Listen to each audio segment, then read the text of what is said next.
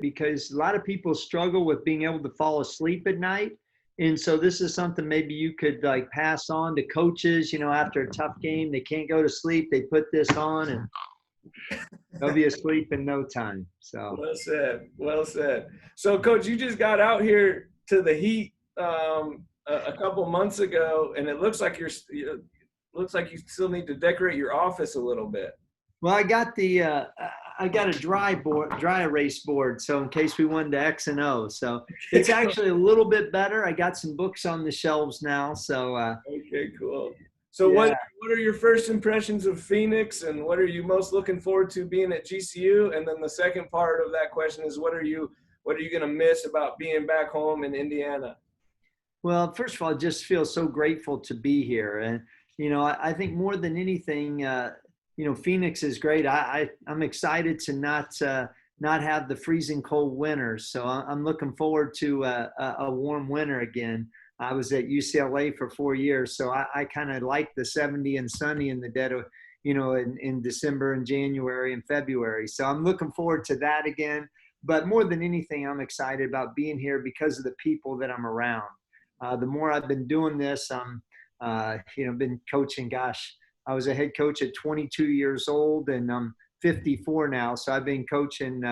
And I think the biggest thing that I'm excited about is who I get to work with every day here and also the mission behind it. This is the first time I've been able to be at a Christian school. So I've obviously you're a Christian no matter where you go and you're teaching most of the time you have to leave off the chapter and verse, but here we don't have to. And so I'm excited about that. But more than that, I'm excited about the men that I'm locking arms with, starting with Coach Drew and all the way through our staff, I think is really, really special. So excited about all that. I love Phoenix so far. Where we're living is great. And then just moved in this past week. So still trying to dig out of boxes and all that. You guys all know about that. And as I mentioned earlier, my wife's got the foot in the boot, so she's not a lot of help. So that doesn't that makes it tougher. But I will miss it's a lot of my friends and family are in Indiana.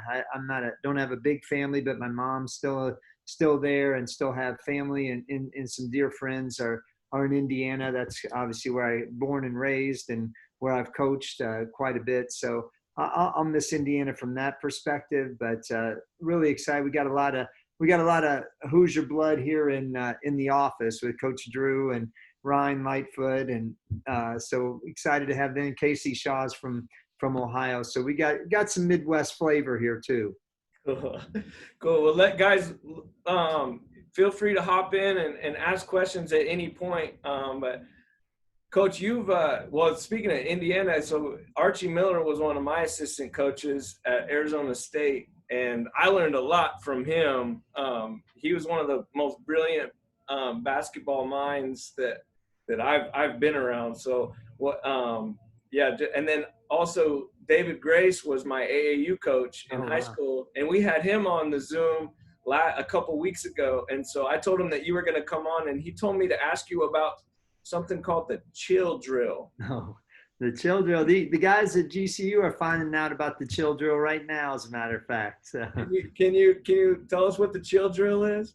Oh, it's just a drill that I started teaching at 5-Star Camp. I kind of took it off something Rick Majerus did and kind of added some things to it and put my own twist on it. But it's really a ball handling drill where you work on all your dribble moves in one drill. But primarily, as much as it is a ball handling drill, it's a footwork drill.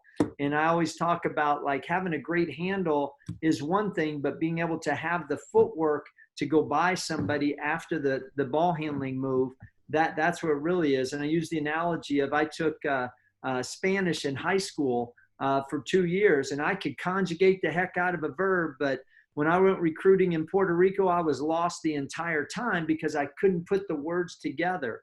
And I think that's the way it is. A lot of times guys can really do ball handling drills, like stand there and whether it's 2-ball or 1-ball or whatever, but now you put defense on them and they can't take the ball handling move and put the footwork to it. So basically what the chill drill is really working on the footwork out of the dribble moves. So we're working on the move, work on the handle, but also adding the footwork to it.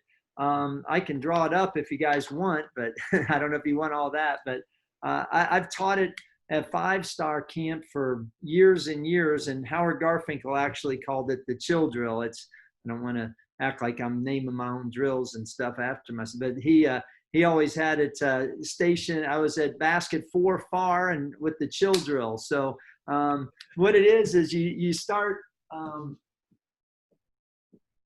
and I did this with all my pro players. This is part of my warm up. So I'd go with, and when I did my pro players, and for 7 years, I trained NBA guys, and guys got them ready for the draft, and guys that would come in the summer, I would train them. But then I also had a not-for-profit, which was college on down to little kids. So regardless of who it is, we'd start with the 2-ball, then we would go to the chill drill. And the reason why is I felt like it warmed their core muscles. Then we began to get moving, and now we started to working on accelerate, decelerate, working on exploding out of dribble moves and things like that. But it starts right here on the baseline, and I'm just trying to see if this can be seen. So yeah, you're good. all right. So we start here, and you would go inside out. So it would be on the line, over, and explode out. So we go there where on this side, if the ball's in my right hand, I'm pushing off my left foot. So on the line, over, explode. So working on inside out. Now you go with spin from right to left. So I'm spinning right. So now the ball's in my left hand. So low and tight spin. So we've worked on inside out, now spin move. We get to the jump ball circle. We go push back, cross over. So we go up, push back with the left, like you're getting double teamed, snap the cross below the knee, and now I explode out of the crossover. Push back, cross. So this is your first move, your second move, third. Now we go to this part of the jump ball circle. We do a quick stop and a half a whirl. So boom, half a whirl. And doing this with the bigs also because, this is like a quick spin in the post, or regardless of where you are, you're going to have footwork, and the footwork applies. And if I can do it with the ball, now off the dribble, then I feel like I can do it in other areas on the floor even easier. But now we go half a whirl. That's your fourth one, behind the back. So now I'm going right to left from sideline half court intersection, right to left hand. Now I'm coming here to the 3-point line, and now I'm going to go stutter step and through the legs, and I want to explode from outside the 3-point line through the legs to a finish with the right hand. And now I get it out of the net, and I'm going to try to go a speed dribble, 3 dribbles. So I've got to push the ball out. And again, what we're simulating here is that I've got a breakaway. This isn't something I'm doing with somebody in front of me. This is I get the steal. A big guy gets the steal, and now he's got to be able to get it without guys catching him from behind or tipping it from behind. So 3 dribbles, pull up jumper at this end. And so the drill takes about 13 seconds. Right around, that's kind of typically. And what we would say with our pro guys is they've got to make 3. If you make the layup and make the jumper, that counts 1. All right. If they miss the jumper, doesn't count. All right. So we got to make 3 right, and then we would make 3 going with the left. So when we go to the other side, it's the same drill. It's just the ball's in a different hand with a different push foot. We're really looking to explode out of every dribble move. So we're accelerate, decelerate. So this is, I've been teaching it for so long, but again, it's more of a footwork drill, but it involves all of your ball handling. So like we said, we got 4, 5, 6 dribble moves. And I always would say, do you have a dribble move that's not in this one? From inside out, spin, crossover, half a whirl, behind the back, and between the legs. 5, 6. And then also speed dribble for 7. Okay, awesome. I may go try that this afternoon at the park myself. There you go. That's good. But we've had a lot of good players have done it, and a lot of really bad players have done it. So anyway. and it's just one person going at a time, so it's probably you got to create a lot of energy on the sideline and clap it up for the guy going. A little bit, yeah. And then I would do it as our team, and the timing as a team is when the person ahead of you, inside out, spin, push back on the crossover, the next guy goes. Okay, because so now as he's coming here, this one's going push back. So if they're going hard, they don't run into each other.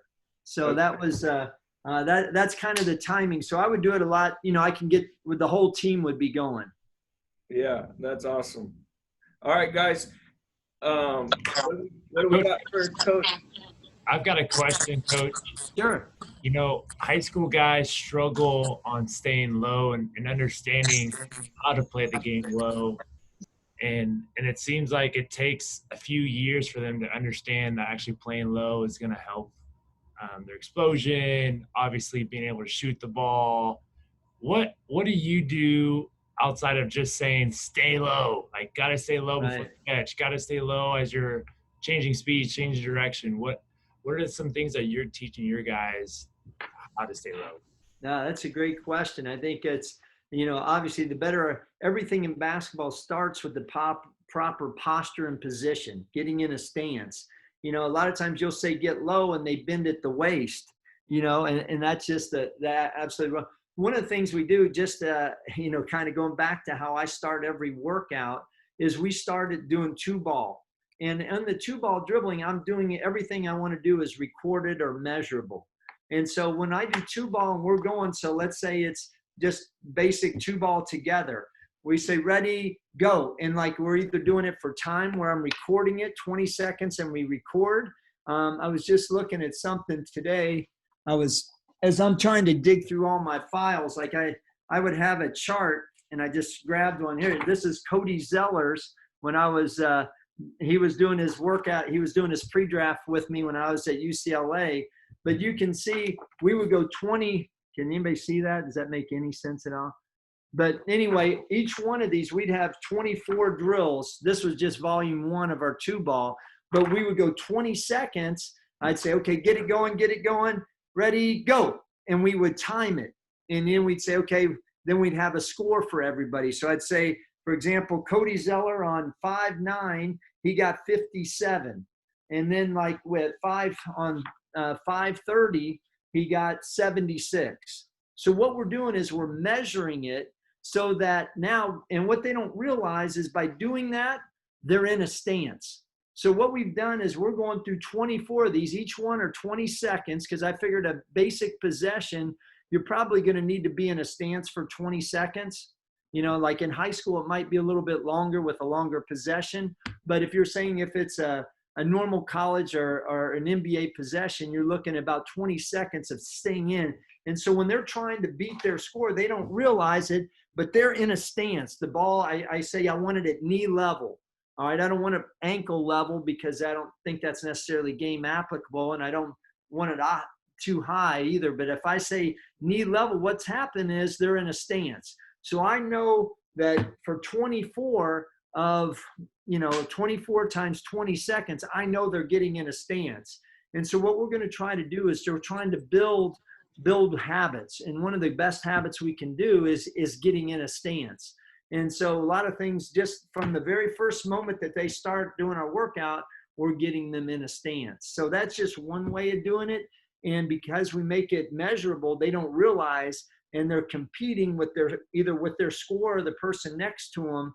Because what I'll do, like with a big group, is I'll say, all right, ready, go. First one to 30. Ready, go. 30. So now they're in a stance and they don't really realize it. So we kind of trick them a little bit in getting in a stance. That's just one idea.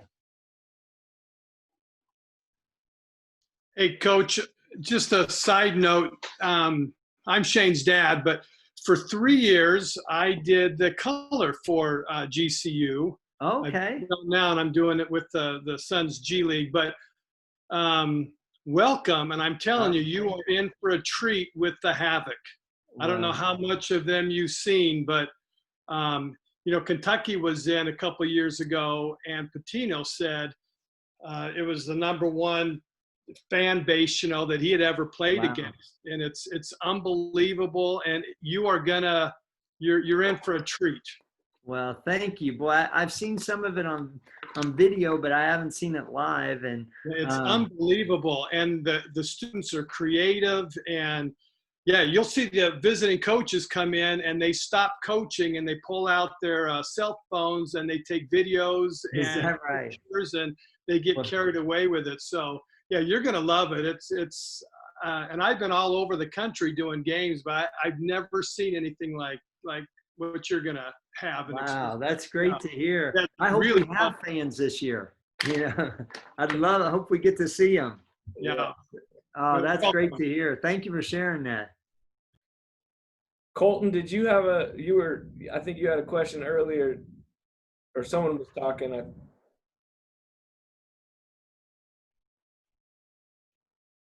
So we've got kind of Shane. We've got guys. Looks like we got quite a few college coaches. We got college coaches. What else are on the call right now? We have high school coaches on, or Coach Schilling, this is Josh Davis at Oklahoma Baptist University. Hey, this might be going back a little far, but you had one teaching point that you said about the in and out in your 13-second chill drill. right? What was your teaching point again? I missed that. Okay, well, we would again. I always want to make practice harder than games. One of my major philosophies in doing training is I want practices to be hard so that the game can be easy. So I'm going to always try to make it a little bit harder than they're going to have to do it in the game. So we would say on the line, I'm dribbling the basketball on the line, over the line, and now I explode by. So on, over. Now I'm going to, as I go over, I'm moving the defense, and now I'm going to try to clip their hip with my shoulder. All right. So again, it goes to being low, but it's on, over, and it ball's in my right hand. Now I'm pushing off the left, low, long, and strong to go by the defense. So on, over, explode is that. And I think Garf used to make fun. Sometimes we'd have some players that didn't handle it real well, and it'd be on, over, retrieve. Go retrieve the ball when they lose it. But anyway, so you go, but that's kind of the teaching on that. So each one we'd have from the teaching point on the spin, we'd want to be low and tight on the spin, switch it when the ball is between my body's between the ball and the defender. So I pull it and switch, push back, cross, a double team comes. I want the ball behind my back foot. I create space, pushing off my front foot, reaching with the back. And on a chop, going back, snap the cross below the knee, just all the way through. So we try to have real specific teaching points on each one. From like the half a whirl, it's a quick stop, bounce it in front of the other foot, now explode out. So we don't get the palm, but also working on exploding out, those type things. Thank you. Sure. Yeah. So Coach, we've got I think 3 high school coaches, and then about 10, yes, maybe 6 or 7 small college coaches. It looks like. Okay. Today. Yeah. Well, I've been fortunate to coach every level: high school coach, college head coach, assistant, MBA assistant. So I'm fortunate to coach a lot of different places. And just, I think there's a little bit of a fallacy that thinks, oh, well, this level's better than that level, or something like that. Basketball is basketball. And I've been, like I said, fortunate to coach. I've been on the bench as an NBA assistant. I think I was the youngest assistant coach in the NBA at the time on the bench. I've been maybe the second youngest Division I head coach at the time.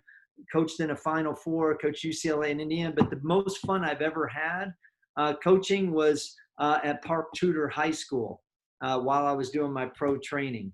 And that was just a little private school, 400 students. I didn't teach, and I just coached the team. And I got talked into it because a few of the kids that I was doing the training for the nonprofit part of it, the coach left. So it had been their third coach in 3 years. And they stayed on me, and the parents talked me into doing it.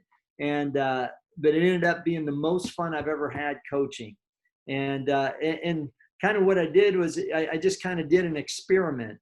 My experiment was, hey, you guys talked me into it. All I wanted to do is make them better players. I didn't, because of the situation, I didn't care about winning necessarily. I just said, I want every player to leave the best player they can be. Whether we won or not, that's irrelevant. But we did have a couple good players over the years, but it was a school, it was the most expensive school in the city. in Indianapolis area or Indiana, and no scholarships, no basketball scholarships. There was 100% of the kids went to college, and about half of them went Ivy League level. There was a no-cut policy. Every kid that came out for basketball made the team, and yet we would play the best teams in Indianapolis. So we had 400, and we played North Central High School, which is only a few miles away, and they had 4,000 students. And but I made the experiment was I'm going to try to practice what I preach about skill development. And so what we would do, we would spend, we had 2 hours of gym time. So I would spend 1 hour on skill work every single day. Every day of practice, we'd spend an hour of skill work. And you think, well, man, how are you going to get in? I said, it doesn't matter. We're going to work on shooting. We're going to work on, every day we're going to work on shooting the basketball, and we're going to work on handling pressure. Again, if you're going to play the teams that we were going to play and they weren't very successful, I think they had won maybe 7 games the previous year. And they'd had like 1 winning season in the previous decade, something like that. But I said, if we're going to be able to play with these good teams, we're going to have to handle the ball. They'll see us get off the bus, look at our team, and start pressing us. So we're going to have to handle the ball. So we spent an hour every day on shooting the ball and handling pressure. So I had a whole system of shooting, where I could red and black shooting, I called it, where we had it, and we would record it every day. So it was just kind of a basic 3-man 2-ball shooting, where nothing too exciting spots. 30 seconds, rotate. 30 seconds, next person shoot. Elbow to elbow or 3-point line, but elbow to lane line, corner to wing, off the bounce.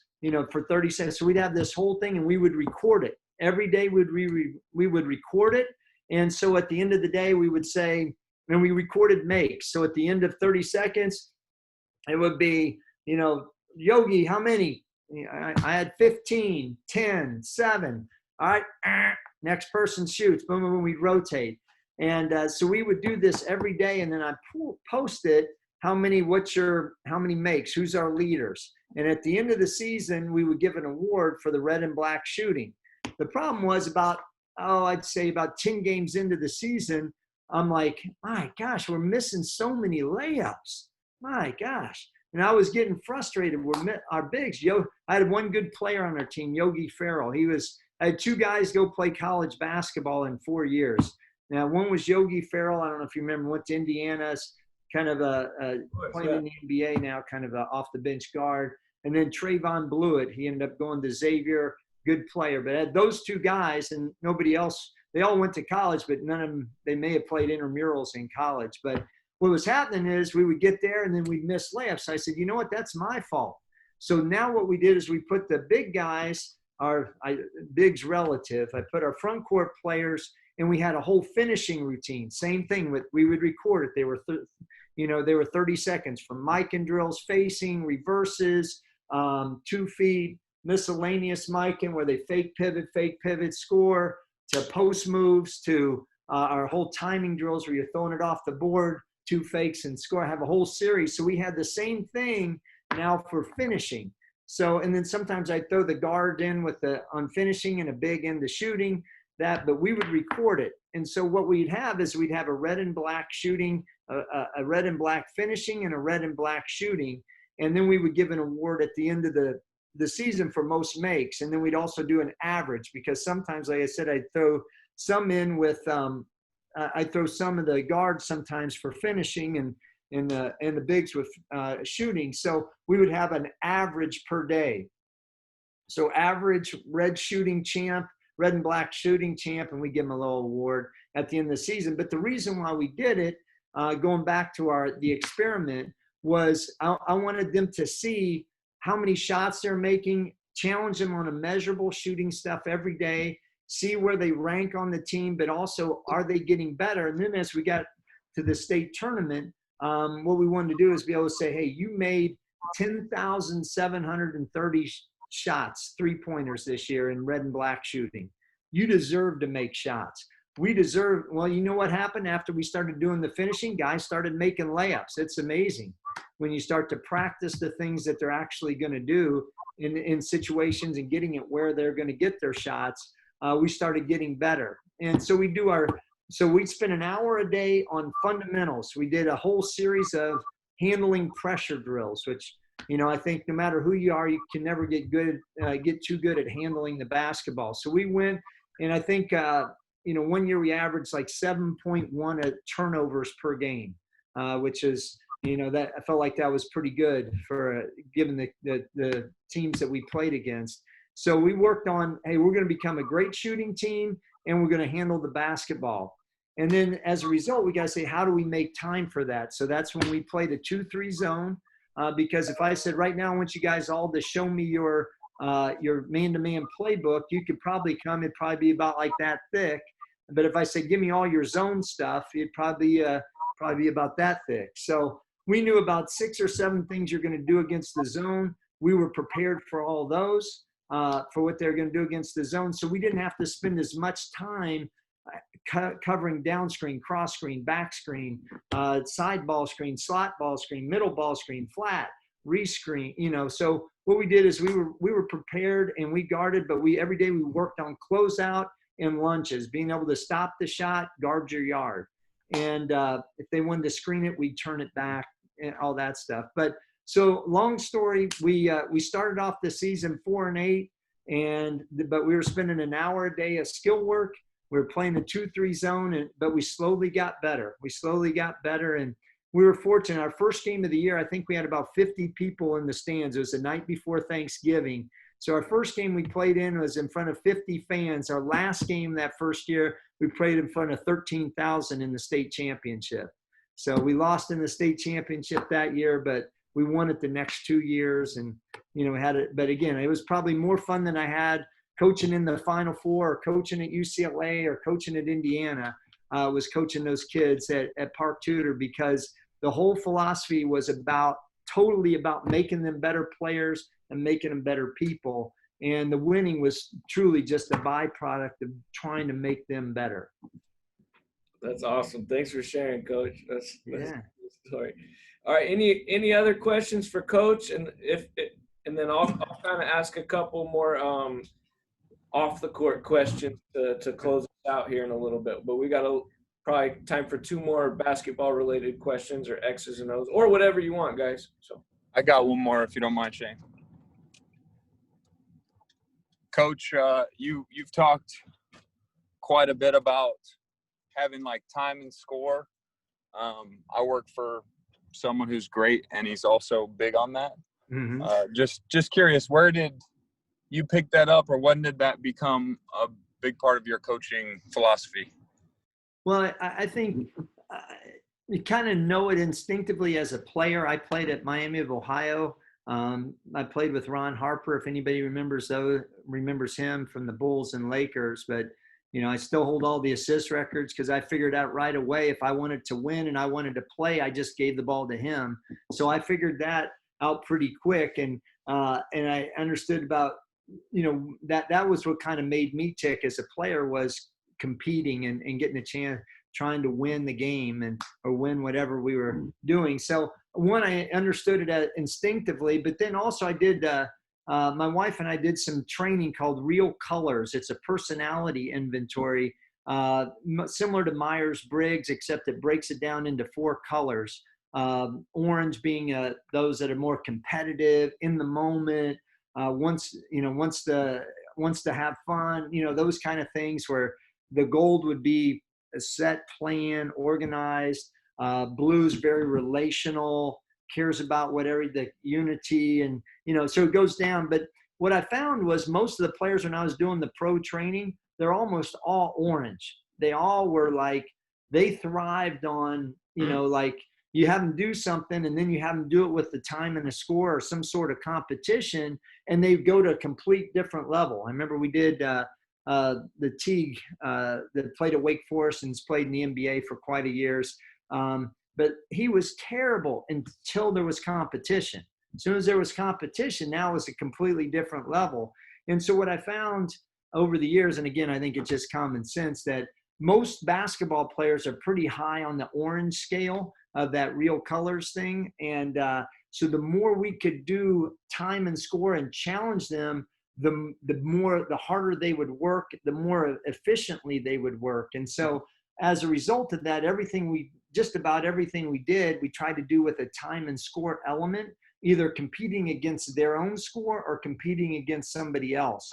And so we wanted to try to do that every chance we got in practice. Not just with the team stuff is obviously pretty easy, but trying to do it from whether it's ball handling drills, shooting drills, passing, we're always trying to make it competitive. And so, I think just the nature of a basketball player, most of them are pretty high orange, which means they really value and are energized by competition more than necessarily a process or something else. They're energized by competition. Well said. Well said. Anybody else? I got one question. Hey, Coach Elvis Casonas from Coker. Hey. I really love that chill drill. Is there any other kind of drills that you've kind of had or kind of seen over all the years of your experience? Obviously, with like bigs, something like the mic and drill. So just a fundamental, something to warm up with. But any other kind of drills for bigs or guards that has kind of carried with you throughout the years that you've really liked? Oh gosh. Yeah. I kind of have some of my staples that I'm going to do regardless of, if you want an individual or you want more individual or team or, just more so for individual. Cause I feel like that's kind of one area that's kind of for college. It's kind of harder to find is, you have some of those drills that everybody does, but just kind of getting more individual drills for that individual development. Yeah. I think that some of the things that I think are lost now in a lot of the skill work is being able to change direction. Some things that like we'll do is like just a simple up to back to drill. I don't know if you guys, it's as simple as they get, but I don't care who you are. If you can create space, I guess I didn't even need this, but just you start in here with the ball and I'm here and I'm going to go up 2 dribbles, back 2 dribbles, crossover, whatever, up to, back to, up to, back. And if you do that 30 seconds, so I'm going up to, back to, cross, up to, back to, cross. I go for 30 seconds. All right. Then maybe it's up to, back to, through the legs, up to, back to. And we're working on being able to create space. I use Yogi Ferrell as an example. He got to the point where he was so quick. He was as quick going backwards as he was forwards in a short area. So in 2 feet, in 2 dribbles, he could cover 10, 15 feet, but it's up to, back to, crossover, and the ball's protected. And I always feel like if you can create a closeout situation, now that's probably the easiest person to beat is somebody that's closing out at you. So what I want to do is be able to create a closeout situation. And I think as you have a shot clock, that becomes even more important. So being able to just create space, forward, backwards. It also works on your balance. We talked earlier about getting in a stance, things like that. But if you're not in a stance and you're trying to go up to, back to, crossover, up to, back to, crossover, that's just a super, super basic drill that we would throw in there that I think is real helpful. Probably you talk about the mic and drill. My dad was a great inside game teacher. He was a Hall of Fame player as a center, believe it or not, at Butler. But one of the drills, he would always say, if I could only have a big player front court player do one drill, it would be what we called miscellaneous micing. And what that is you're underneath the basket and it's just going to be 2 fakes and 2 pivots. Fake, pivot, score. Fake, pivot, fake, and you're using the rim as an obstacle between the ball and the defender. And I fake, I pivot. So every shot is going to be different and from a different area. So you're working on finishing everywhere. So I fake, pivot, and you're trying to say, hey, is that a fake that you would go for if you were a defender? And so one of the things that we would all, I think that's if I could just do one drill with a big, it would be miscellaneous mic and be able to fake, pivot, footwork and finishing in a variety of different ways with different hands. You get it right out of the net. I fake, pivot, fake, come back the same way. And there's no wrong answer. And so you do that for 30 seconds or maybe you make 10 or make 15. They may be a little dizzy the first few as they do it, but that's one I would definitely add. If I could just do 1, 2, just real simple drills. They come out on the court, you do up 2, back 2, you do the miscellaneous micing.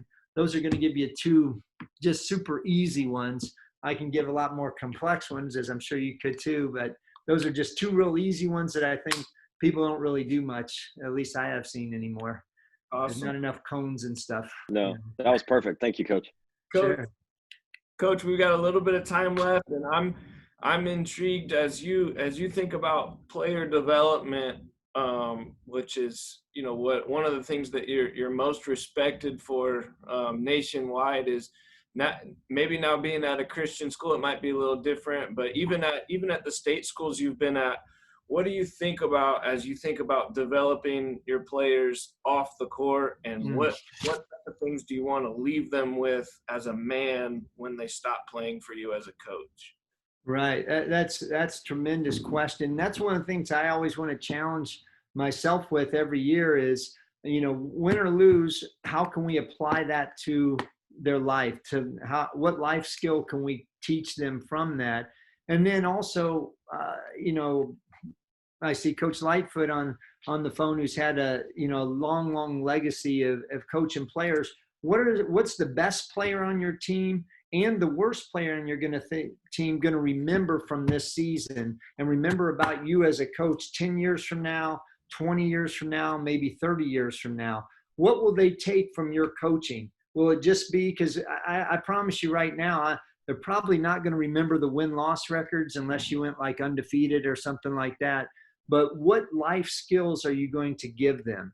One of the things that I used to do as a head coach is I'd have a thought for the day every day. I'd start our practices and I'd have a thought for the day. Now, as you mentioned, at a Christian school, I could actually add the chapter and verse. But when I was at public schools or even private non-Christian schools, I'd make the players memorize the thought for the day. So we'd finally start practice. They do their pre-practice, and I'd say, all right, on the line, I'd make them hold hands. And it's funny, I saw a post on one of my college players. He's like, hey, Coach Schilling used to put us on the line and make us hold hands. I thought it was like we were little kids back then, but I get it now.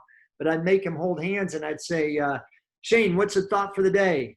And they'd have to know the thought for the day. They'd have to have it memorized. And if they didn't know it, they'd say, all right, go down and back. And by the time they got back to the baseline, he'd have to have it memorized. So I'd say, what's thought for the day?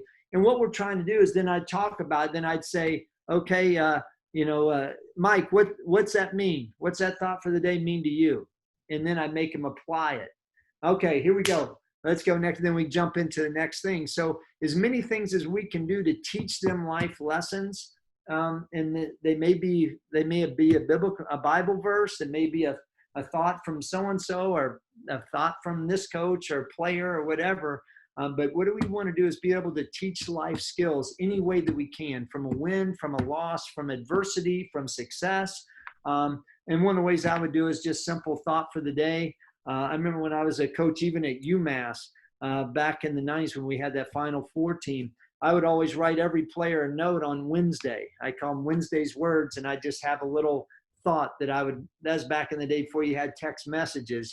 I'd write a little note and I'd throw it in all their lockers, and I didn't think they'd even do anything with them until one day I didn't do it. And they're like, hey, Coach, where's our note? Where's our Wednesday words?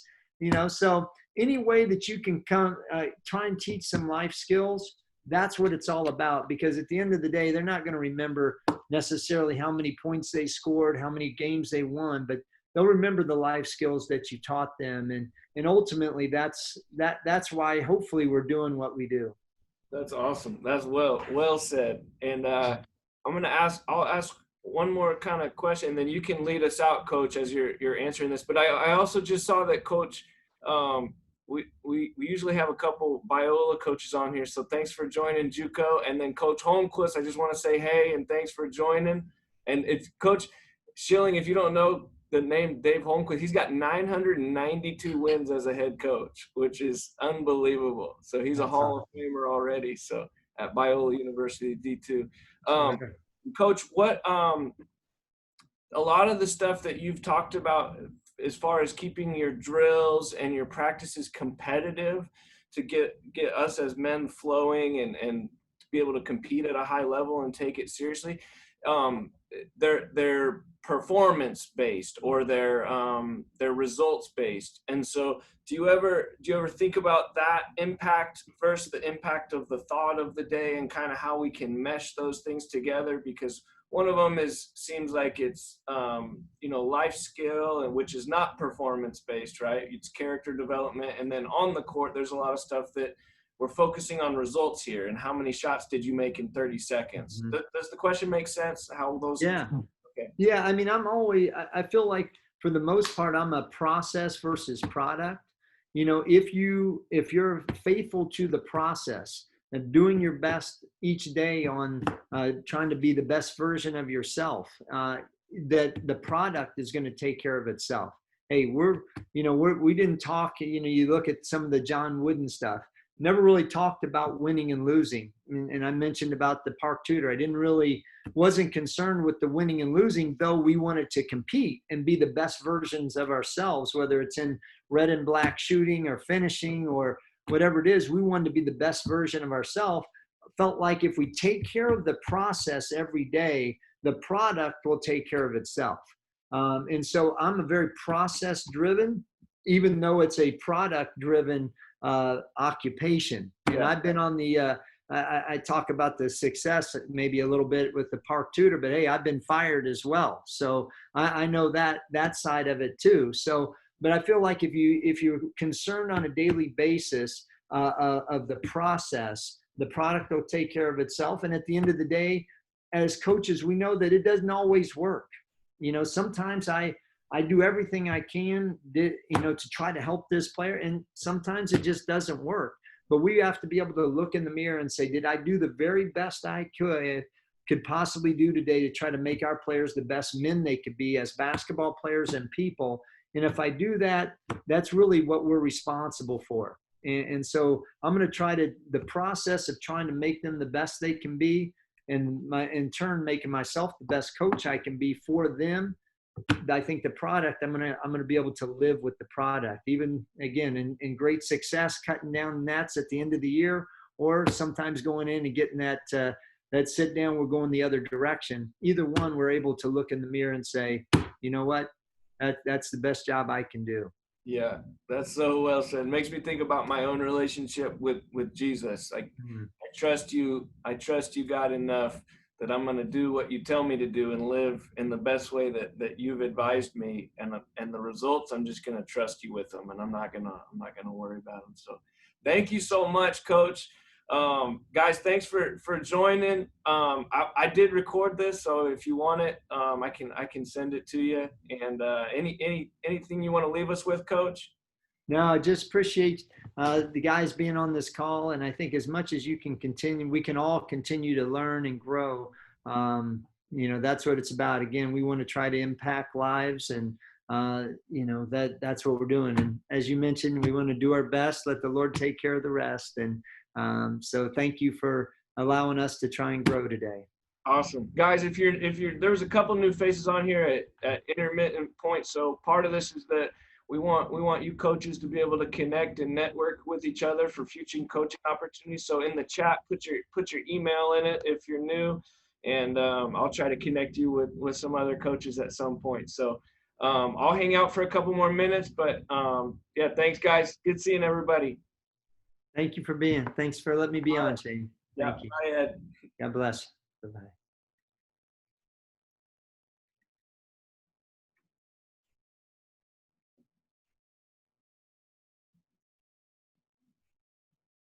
Life, how's it going up there? Doing good. We're doing good. I had to join a little late today. We were had the team in the weight room, so I missed the beginning, but I'll be looking at the recording a little later. Cool. Do you still get swole with the guys, or you just yell? No, I don't want to embarrass myself. I feel like I would lose credibility if I hopped in there. So, as little as they can see as possible is probably best. So yeah. Good. Good. But no, Coach Schilling is great, man. I've bumped shoulders with him a few times when I was down at Masters, and got to sit in on a couple practices when they were at UCLA. So, man, this was good stuff. Appreciate you setting it up. Yeah, cool. Jordan, what hole are you on? 14. I was wondering why Jordan Wild wasn't showing his pretty face, but I just didn't want to be rude, you know. So Yeah. hey, you should film this next hole. We can have some accountability. Make sure you're not taking an extra stroke. And just make sure you're on plane. We got to make Yeah. plane, your grip's good. Your head's no, this hole's been bad. I'll be honest.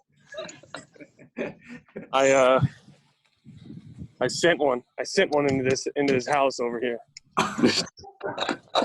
Yeah, I've been there plenty of times.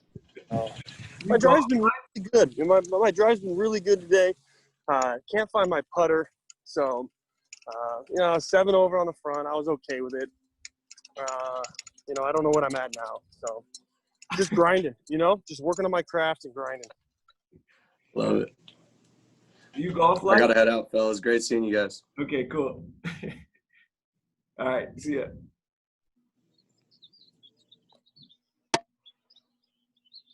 All Did right, you like my plug to the Twitter? Yeah. Did you say anything about it? Yeah, it was good. Great. Did you say anything about it or no? I did. At the beginning, you missed it. I said, connect with us on social media. So, Royce, you in a meeting?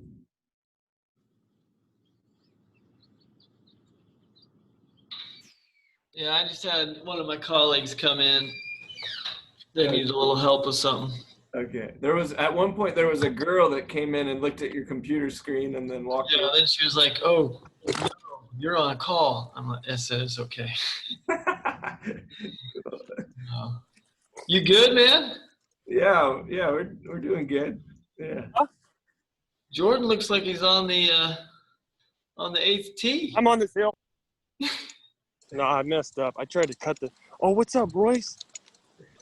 I tried to cut. It, didn't work out. Hit a tree branch. You're probably about what, 6 under about now? I'm trying to get there, but no. I would just be making sure I haven't lost enough golf balls. I can still play. I've only lost one today, which I'm very, very disappointed about. It's good Callaway 3 wood, 3 number. All right, see you, fellas. I'm off. I got to make this next I got to figure out what I'm doing. If you need a caddy, let me know. Uphill, What's the distance? I got to look at my phone. I don't know. Okay. All right, hit a good one. Thanks, man. Appreciate you guys. All right, later, buddy. I don't know him, but